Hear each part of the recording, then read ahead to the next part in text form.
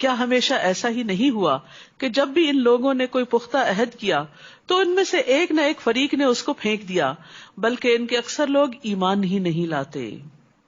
اور جب بھی ان کے پاس اللہ کی طرف سے کوئی رسول آیا، اس کی تصدیق کرنے والا جو ان کے پاس ہے، تو جن لوگوں کو کتاب دی گئی تھی ان میں سے ایک فریق نے اللہ کی کتاب کو اپنی پیٹھ پیچھے پھینک دیا، گویا کہ وہ جانتے ہی نہیں۔ تو یاد رکھیے، کتاب کو پیٹھ پیچھے پھینکنا کیا ہے؟ قرآن کو پڑھنے سے، سمجھنے سے، اس کے اوپر غور و فکر کرنے سے، اس پر عمل کرنے سے زیادہ اور چیزوں کی اہمیت دینا۔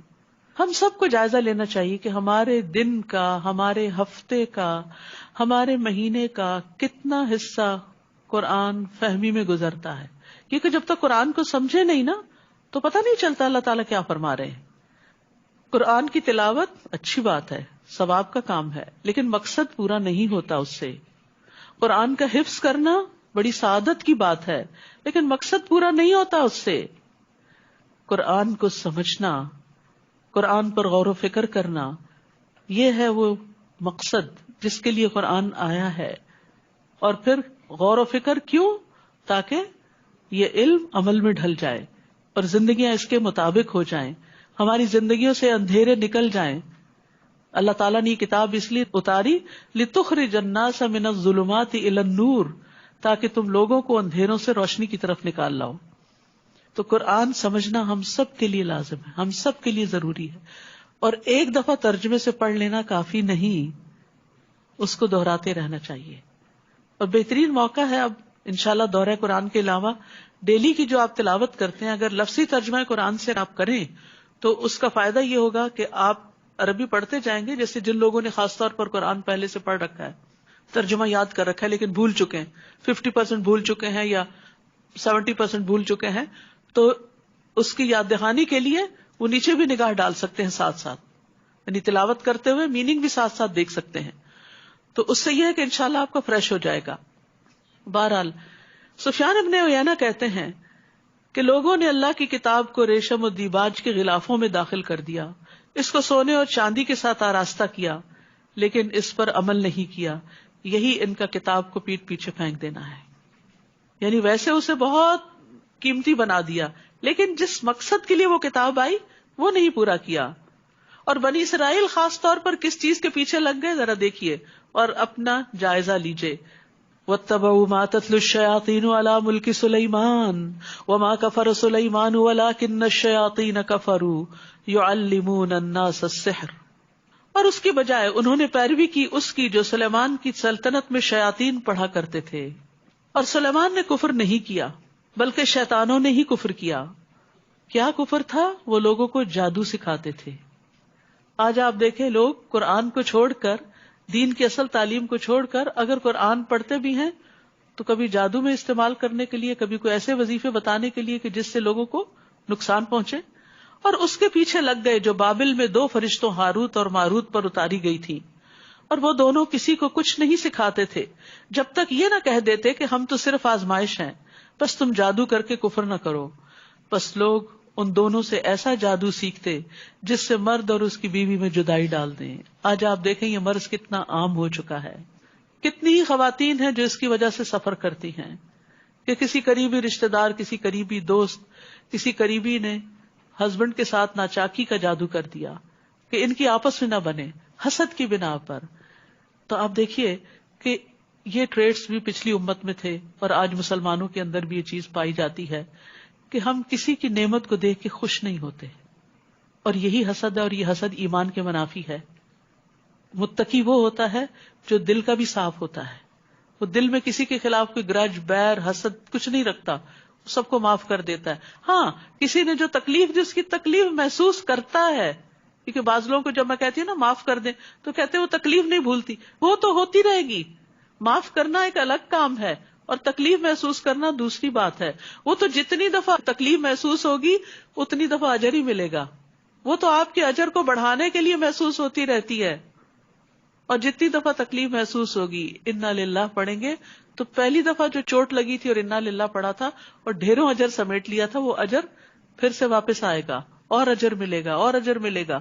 اس لیے کسی بھی انسان کی طرف سے اگر آپ ہرٹ ہوئے ہو تو اس ہرٹ ہونے پر پریشان نہ ہو. یہ تو انسانی فطرت کا خاصہ ہے نا کہ چوٹ لگے تو درد تو ہوتی ہے.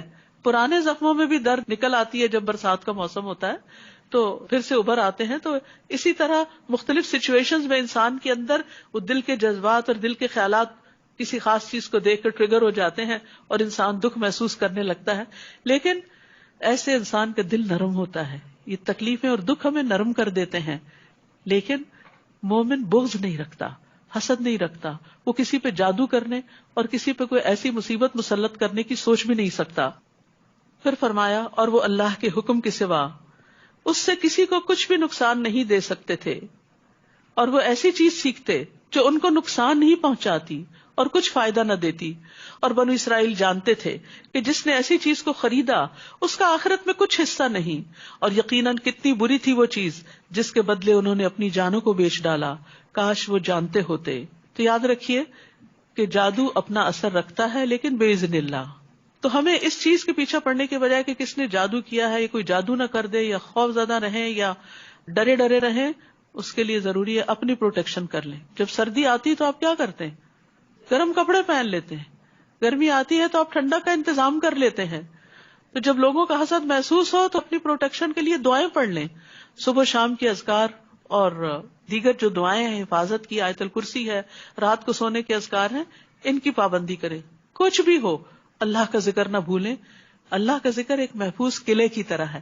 جب انسان اللہ کا ذکر کرتا ہے تو پروٹیکشن میں آتا ہے, ایک فورٹ میں آ جاتا ہے, قلعے میں آ جاتا ہے, اور شر سے محفوظ ہو جاتا ہے. کوئی آپ کو کچھ بھی نقصان نہیں دے سکتا.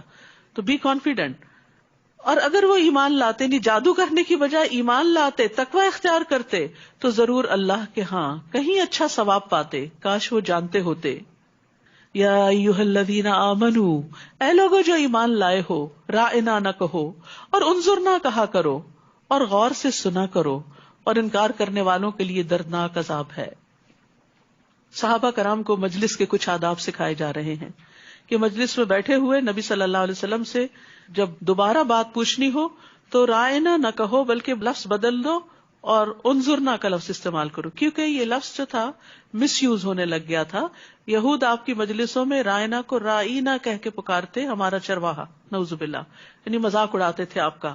اپنے اندر کا چھپا ہوا حسد جو تھا وہ بیان کرتے تھے. تو اللہ تعالیٰ نے بجائے اس کے کہ تم اس سے لڑو جھگڑو, اپنے الفاظ تبدیل کر لو. بہت دفعہ ایسا ہوتا ہے نا کہ لوگ آپ کو کسی چیز پہ ٹیز کرنے لگتے ہیں, یا آپ کو حقیر سمجھتے ہیں, یا برا بھلا کہتے ہیں. تو ایسے میں آپ کو وہ رستہ بدل لینا چاہیے, ان لوگوں کے ساتھ انٹریکشن کم کر لینا چاہیے, بجائے اس کے کہ آپ روز لڑائی کریں ان سے. پھر فرمایا اہل کتاب اور مشرکین میں سے جن لوگوں نے انکار کیا وہ نہیں چاہتے کہ تم پر تمہارے رب کی طرف سے کوئی خیر نازل کی جائے, حالانکہ اللہ جس کو چاہتا ہے اپنی رحمت کے ساتھ خاص کر لیتا ہے, اور اللہ بہت بڑے فضل والا ہے. ہم جس آیت کو منسوخ کر دیتے ہیں یا اسے بھلوا دیتے ہیں تو ہم اس سے بہتر یا اس جیسی اور لے آتے ہیں. کیا آپ نہیں جانتے کہ بے شک اللہ ہر چیز پر خوب قادر ہے؟ کیا آپ نہیں جانتے کہ بے شک اللہ اسی کے لیے ہے آسمانوں اور زمین کی بادشاہت, اور تمہارے لیے اللہ کے سوا نہ کوئی دوست ہے اور نہ کوئی مددگار. اے اہل ایمان, کیا تم یہ چاہتے ہو کہ اپنے رسول سے اس طرح کے سوال کرو جس طرح کے سوال اس سے پہلے موسیٰ سے کیے گئے؟ اور جو ایمان کو کفر سے بدل ڈالے تو وہ یقیناً سیدھے رستے سے بھٹک گیا. اس سے یہ پتہ چلتا ہے کہ بعض سوالات انسان کو کفر تک بھی پہنچا سکتے ہیں. اہل کتاب میں سے بہت سے لوگ اپنے نفسوں کے حسد کی وجہ سے یہ چاہتے ہیں کہ کاش تمہارے ایمان لانے کے بعد وہ تمہیں کافر بنا دیں, بعد اس کے کہ ان پہ حق ظاہر ہو چکا ہے, تو تم معاف کر دو اور درگزر کرو یہاں تک کہ اللہ اپنا حکم لے آئے. بے شک اللہ ہر چیز پر پوری طرح قدرت رکھنے والا ہے. اور نماز قائم کرو اور زکوٰۃ ادا کرو, اور جو خیر بھی تم اپنے نفسوں کے لیے آگے بھیجو گے اللہ کے ہاں پالو گے. سبحان اللہ. یعنی بعض اوقات ہم نماز پڑھ لیتے, زکوٰۃ دے دیتے, اس کے بعد سمجھتے ہیں کہ کیا ہوا, فرض ادا ہو گیا, بس اب ہم دنیا کے لیے آزاد ہیں, دنیا میں مشغول ہیں, خوب انجوائے کر رہے ہیں, نماز کا وقت ہوا جلدی سے جا کے 4 ٹکرے مار کے واپس پھر دنیا کو انجوائے کرنا شروع کر دیا, اور بھول گئے کہ نیکی کے اور بھی بہت سے کام ہیں. یہاں پر کیا بتایا جا رہا ہے؟ وَأَقِيمُوا الصَّلَاةَ وَآتُوا الزَّكَاةَ. اور اس کے بعد چھوٹی نیکی بڑی نیکی جو بھی خیر کا کام کرو گے, اور اس میں پھر وہ یاد کر لیجئے ظاہری باطنی اقوال افعال, جو بھی کچھ کرو گے اسے اللہ کے یہاں پالو گے, وہ تمہارے اعمال نامے میں تمہارے سامنے آ جائے گا, تک ایک ڈاٹ بھی وہاں نظر آئے گا تمہیں تو اس لیے مومن نیکیوں کا حریص ہوتا ہے، نیکیوں کی طرف دوڑتا ہے. فاستبقوا الخیرات، وہ اس لیے نہیں پیچھے رہتا کہ لوگ تو کوئی نیکی کرتے نہیں تو میں کیوں کروں، نہیں، مجھے اپنے لیے کرنا ہے. وہ اچھی مثالوں کو اپنے سامنے رکھتا ہے، وہ نیکی میں اپنے سے آگے والوں کو فالو کرتا ہے، پیچھے والوں کو نہیں. پیچھے والوں کو فالو کرنے والا کہاں رہ جاتا ہے؟ پیچھے رہ جاتا ہے. اور جو آگے جا رہے ہیں والسابقون السابقون اولئک المقربون، وہاں تک جانا ہے. بے شک اللہ خوب دیکھنے والا ہے جو بھی تم عمل کرتے ہو. اور انہوں نے کہا ہرگز جنت میں داخل نہ ہوگا مگر وہ جو یہودی ہو یا نصرانی، یہ ان کی آرزویں ہیں. کہہ دیجئے لاؤ اپنی دلیل اگر تم سچے ہو. وہ آپس میں بھی ایک دوسرے کو جہنمی قرار دیتے رہتے تھے اور خود کو جنت کا مالک سمجھتے. آج آپ دیکھیں مسلمانوں کے اندر بھی افسوس کے ساتھ ہی کہنا پڑتا ہے کہ مختلف فرقے بن چکے ہیں، کیونکہ یہ دو نام بھی فرقہ وارانہ نام تھے، اور صرف ہر کوئی اپنے فرقے والے کو جنتی سمجھتا ہے، اپنا جنتی بھائی، اور باقی سب جہنمی. تو اس طرح کے جنت جہنم کے فتوے نہیں لگانے چاہیے. یہ اللہ کو پتا ہے کہ کس کا مقام کیا ہے. ہمیں فکر اس بات کی کرنی چاہیے کہ اللہ تعالیٰ نے ہمارے لیے کیا حکم دیا ہے اپنی رضا کو پانے کے لیے. اور وہ یہاں بتا دی کہ بلا، کیوں نہیں، من اسلم وجہہ للہ وہو محسن فلہ اجرہ عند ربہ ولا خوف علیہم ولا ہم یحزنون. جس نے اللہ کے لیے اپنا چہرہ جھکا دیا، حکم سنا، سر تسلیم خم، اللہ لبیک اللہم لبیک، آپ نے حکم دیا میں کر کے ہی دم لوں گی، اور وہ محسن بھی ہو، نیکی کرتا چلا جائے، تو اس کا اجر اس کے رب کے پاس ہے. ایسے لوگوں کو نہ کوئی خوف ہوگا نہ وہ غمگین ہوں گے. خوف اور غم دو بڑی مصیبتیں، ان سے نجات کے لیے انسان کے اندر اخلاص اور احسان کی روش ہونی چاہیے. تو آیت نمبر 112 میں اخلاص اور احسان کا سبق دیا گیا ہے، اور یہی اعمال کی قبولیت کا باعث ہیں. اور یہود نے کہا کہ نصارہ کسی چیز پر نہیں، اور نصارہ نے کہا یہود کسی چیز پر نہیں، حالانکہ وہ کتاب پڑھتے ہیں. اور انہی کی طرح بات ان لوگوں نے بھی کہی جو علم نہیں رکھتے. پس قیامت کے دن اللہ ان کے درمیان اس معاملے میں فیصلہ کر دے گا جس میں وہ اختلاف کرتے. لوگ ایک دوسرے کو گمراہ قرار دیتے رہتے ہیں اور سمجھتے ہیں کہ وہ تو کسی نیکی خیر اور بھلائی کے کام پہ نہیں ہے اور ہم ہی سب کچھ کر رہے ہیں. تو بات یہ ہے کہ اللہ ہی اس کا فیصلہ کرے گا کہ حقیقت میں نیکی کے کام کون کر کے آیا ہے. تو اس لیے اللہ کی کتاب سے معلوم کریں اور اس کے مطابق زندگی بسر کرنے کی کوشش کریں، بنسبت اس کے کہ اپنی خواہشات پر مبنی باتیں کر کے دوسروں کو گمراہ قرار دیں. اور اس سے بڑھ کر ظالم اور کون ہوگا جو اللہ کی مسجدوں میں اس کا نام ذکر کیے جانے سے روکے اور ان کی ویرانی کے لیے کوشاں ہو. یہی وہ لوگ ہیں کہ ان کو زیب نہیں دیتا کہ وہ ان میں داخل ہوتے مگر ڈرتے ہوئے. ان کے لیے دنیا میں رسوائی ہے اور آخرت میں ان کے لیے بہت بڑا عذاب ہے. تو انسان کو دنیا اور آخرت کی رسوائی سے بچنے کی دعا کرنی چاہیے. اللہم احسن عاقبتنا فی الامور کلہا واجرنا من خزی الدنیا وعذاب الآخرہ. تو یاد رکھیے یہاں تنبیہ کی گئی ہے کہ اللہ کی مسجدوں میں اللہ کا نام لیا جائے، اللہ کا ذکر کیا جائے، اور اس میں ایسے کام نہ کیے جائیں کہ جس سے مسجدیں ویران ہوں. آپس کے جھگڑے اور لڑائی اور ایک دوسرے کو نیچا دکھانا کہ جس کی وجہ سے لوگ بد دل ہو کر مسجد جانا ہی چھوڑ دیں. اور اللہ ہی کے لیے ہے مشرق اور مغرب، تو جس طرف بھی تم رخ کر لو بس ادھر ہی اللہ کا چہرہ ہے. بے شک اللہ وسعت والا اور بہت علم والا ہے. اور انہوں نے کہا کہ اللہ نے بیٹا بنایا ہے، پاک ہے وہ، بلکہ اسی کے لیے ہے جو آسمانوں اور زمین میں ہے، وہ سب اس کی فرما برداری کرنے والے ہیں. سبحان اللہ، ہر چیز اللہ کا کہنا مانتی ہے. اپنے آپ سے پوچھیں ہم کیا ایسے ہیں؟ ہم بھی ماننے والوں میں شامل ہیں. وہی آسمانوں اور زمین کا نئے سرے سے پیدا کرنے والا ہے، اور جب وہ کسی کام کے کرنے کا فیصلہ کر لیتا ہے تو صرف یہی کہتا ہے کن فیکون، ہو جا، اور وہ ہو جاتی ہے. یہ ہے اللہ کی طاقت، اور اس کے برابر کوئی بھی نہیں، کوئی اور ایسا نہیں کر سکتا. اور ان لوگوں نے کہا جو علم نہیں رکھتے کہ اللہ ہم سے کلام کیوں نہیں کرتا، یا ہمارے پاس کوئی نشانی ہی کیوں نہیں آ جاتی. اسی طرح کی بات ان لوگوں نے کہی جو ان سے پہلے تھے. ان سب کے دل آپس میں ملتے جلتے ہیں. بے شک ہم نے نشانیاں بیان کر دی ہیں ان لوگوں کے لیے جو یقین رکھتے ہیں. انا ارسلناک بالحق بشیرا ونذیرا وَلَا تُسْأَلُ عَنْ أَصْحَابِ الْجَحِيمِ. بے شک ہم نے آپ کو حق کے ساتھ خوشخبری دینے والا اور ڈرانے والا بنا کر بھیجا. یہ ہے محمد صلی اللہ علیہ وسلم جو اچھا کرنے والوں کو خوشخبری سناتے ہیں اور برا کرنے والوں کو ڈراتے بھی ہیں. کیوں ڈراتے ہیں؟ تاکہ وہ برائی سے باز آ جائیں.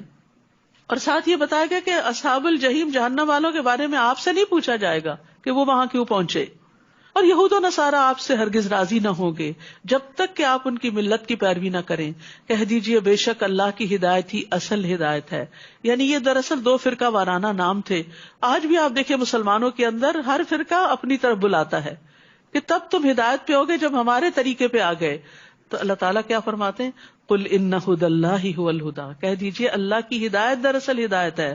یعنی اللہ کی کتاب اور سنت یہ دراصل ہدایت ہے. اور اگر آپ نے اپنے پاس علم آ جانے کے بعد ان کی خواہشات کی پیروی کی، یعنی لوگوں کی باتوں پہ چلتے رہے، تو آپ کے لیے اللہ کی طرف سے نہ کوئی دوست ہوگا نہ کوئی مددگار. تو علم آنے کے بعد خواہش نفس کی پیروی نہیں کرنی چاہیے.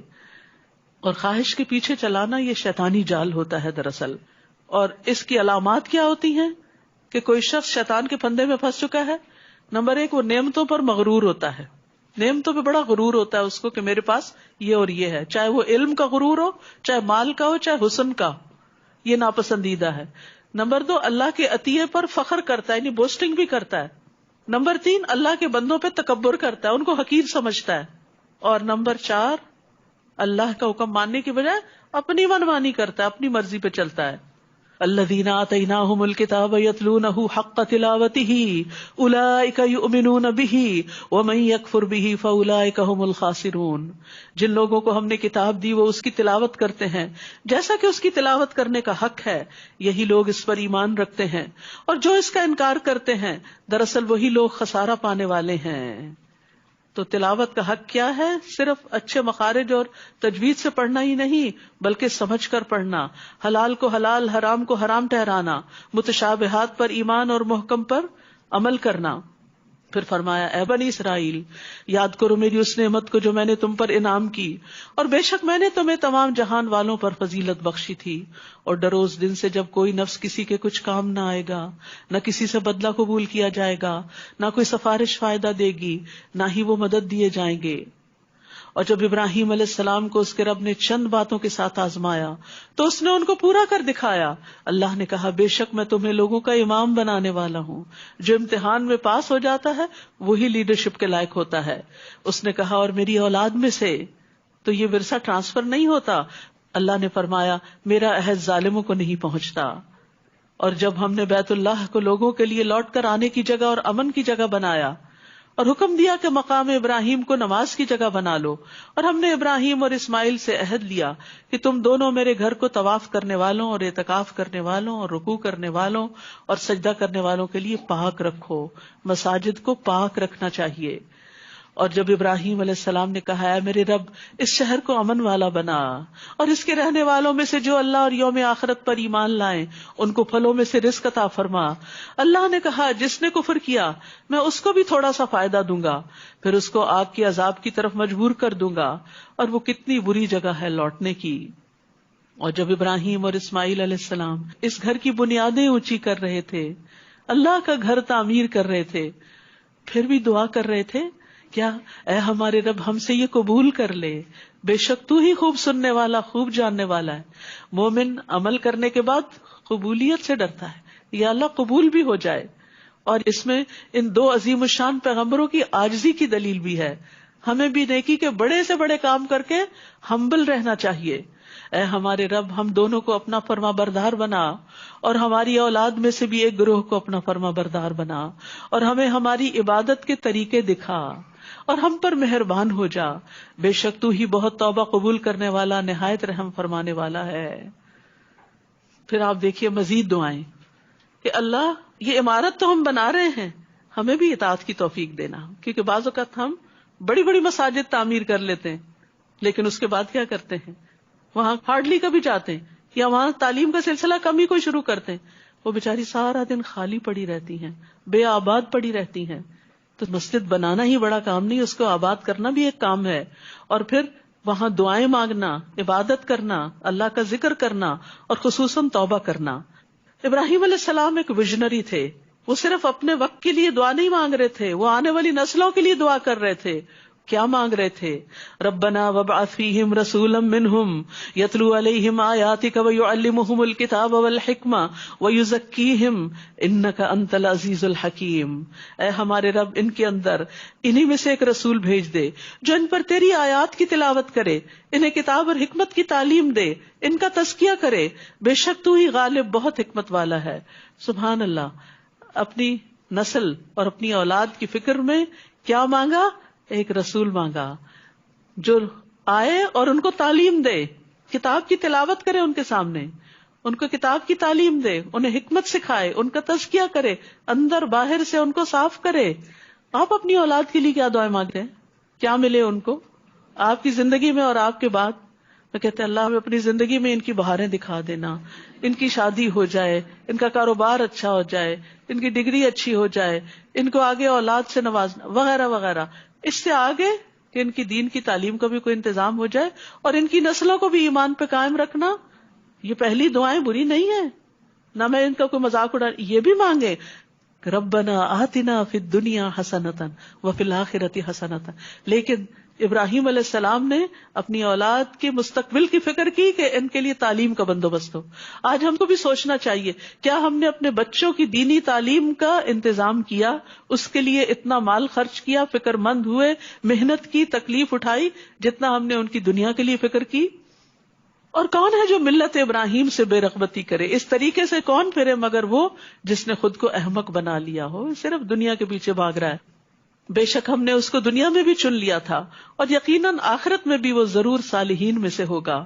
جب اس کے رب نے اس سے کہا فرما بردار ہو جا، اسلم، قال اسلمت لرب العالمین، تو اس نے کہا میں رب العالمین کے لیے فرما بردار ہو گیا.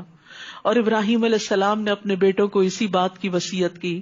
اور یعقوب علیہ السلام نے بھی کیا کہا؟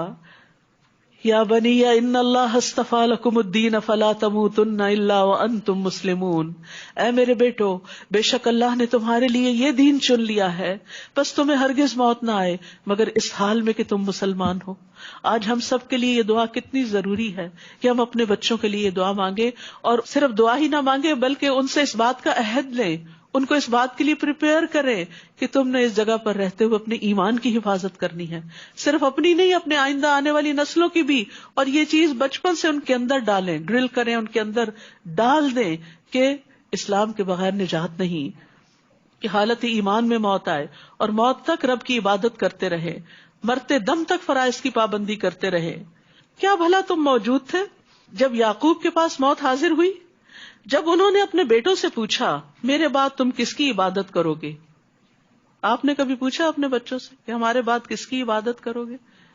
انہوں نے کہا ہم آپ کے الہ اور آپ کے باپ دادا ابراہیم اور اسماعیل اور اسحاق علیہ السلام کے الہ کی عبادت کریں گے جو ایک ہی الہ ہے اور ہم اسی کے فرما بردار ہیں. وَنَحْنُ لَهُ مُسْلِمُونَ. ابراہیم علیہ السلام نے کیا کہا تھا؟ اسلمت لرب العالمین. تو اولاد نے بھی کیا کہا؟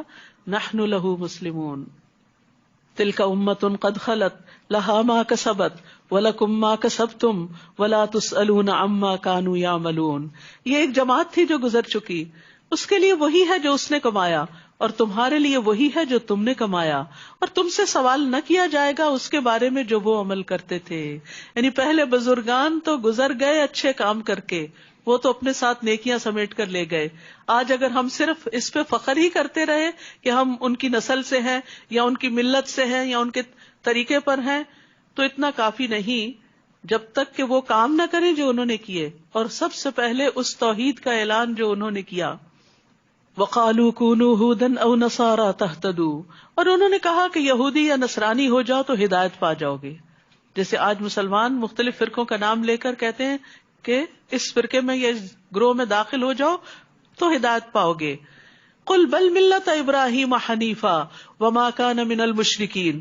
کہہ دیجئے بلکہ ابراہیم کا طریقہ جو یکسو تھے اور مشرکوں میں سے نہ تھے. توحید کا طریقہ، ایک اللہ کی عبادت کا طریقہ. قولو، سب کہہ دو. قولو، انہوں نے اپنے فالوور سے کہا سب کہو. آمنا، آپ پڑھ سکتے اس آیت کو سب مل کے پڑھیے. قولو آمنا باللہ وما انزل الینا وما انزل الی ابراہیم و اسماعیل و اسحاق و یعقوب والاسباط وما اوتی موسیٰ وعیسیٰ وما اوتی النبیون من ربهم لا نفرق بین احد منہم ونحن له مسلمون. سب کہو کہ ہم اللہ پر ایمان لائے اور جو ہماری طرف نازل کیا گیا یعنی کتاب و سنت، اور جو ابراہیم اور اسماعیل اور اسحاق اور یعقوب اور ان کی اولاد کی طرف نازل کیا گیا، اور جو موسیٰ اور عیسیٰ علیہ السلام دیے گئے، اور جو دیگر انبیاء کو ان کے رب کی طرف سے دیا گیا، ہم ان میں سے کسی ایک کے درمیان کچھ فرق نہیں کرتے، سب کی عزت کرتے ہیں، سب کو رسول مانتے ہیں اور ہم اسی کے فرما بردار ہیں. آج اس پلانٹ پہ صرف مسلمان وہ امت ہیں کہ جو سارے کے سارے انبیاء کو مانتے ہیں اور اسی سے دین مکمل ہوتا ہے. کسی ایک نبی کا بھی انکار سب کا انکار بن جاتا ہے. تو انبیاء علیہ السلام نے اپنے فالوورز کو، اپنی اولادوں کو صحیح ایمان لانا بھی سکھایا.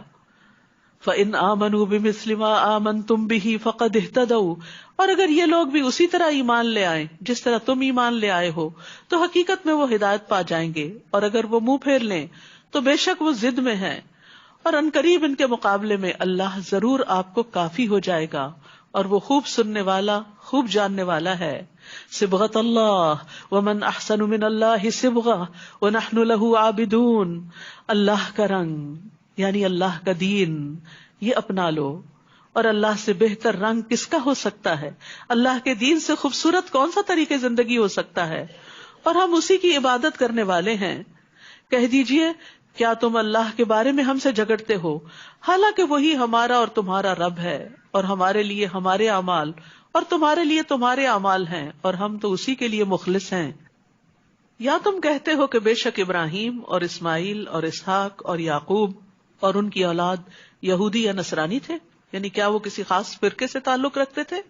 کہہ دیجئے کیا تم زیادہ جانتے ہو یا اللہ؟ اور اس سے بڑا ظالم اور کون ہوگا جو اس گواہی کو چھپا لے جو اللہ کی طرف سے اس کے پاس ہے، اور جو کچھ تم کرتے ہو اللہ اس سے ہرگز غافل نہیں. تلک امۃ قد خلت لہا ما کسبت ولکم ما کسبتم ولا تسألون عما کانوا یعملون. یہ ایک جماعت تھی جو گزر چکی، اس کے لیے وہی ہے جو اس نے کمایا، اور تمہارے لیے وہی ہے جو تم نے کمایا، اور تم سے سوال نہ کیا جائے گا اس کے بارے میں جو وہ عمل کرتے تھے. یہ آیت دوبارہ دہرائی گئی ہے. کیوں؟ کہ انسان دوسرے کے عمل پہ بھروسہ نہ کرے. یہ نہ کہ ہمارے ماں باپ بہت نیک تھے یا ہم محمد صلی اللہ علیہ وسلم کی امت میں سے ہیں. ہر انسان اپنے عمل کا جواب دہ ہے. انسان کو وہی ملے گا جو اس نے کمایا. کوئی کسی کا بوجھ نہیں اٹھائے گا. ہر نفس اپنے عمل کا بدلہ خود پائے گا. کسی سے دوسرے کے عمل کا سوال نہ ہوگا. کوئی انسان کسی دوسرے کا بوجھ نہیں اٹھائے گا. قیامت کے دن حسب نسب فائدہ نہ دے گا. وآخر دعوانا ان الحمد للہ رب العالمین. جزاکم اللہ خیرا کثیرا. ربنا آتنا فی الدنیا حسنۃ وفی الآخرۃ حسنۃ وقنا عذاب النار. ربنا لا تزغ قلوبنا بعد اذ ہدیتنا وہب لنا من لدنک رحمہ انک انت الوہاب. ربنا هب لنا من ازواجنا وذرياتنا قرة اعین واجعلنا للمتقین اماما.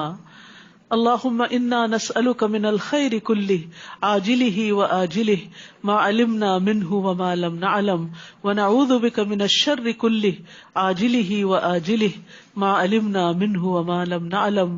اللهم انا نعوذ بك من جهد البلاء ودرك الشقاء وسوء القضاء وشماتة الأعداء.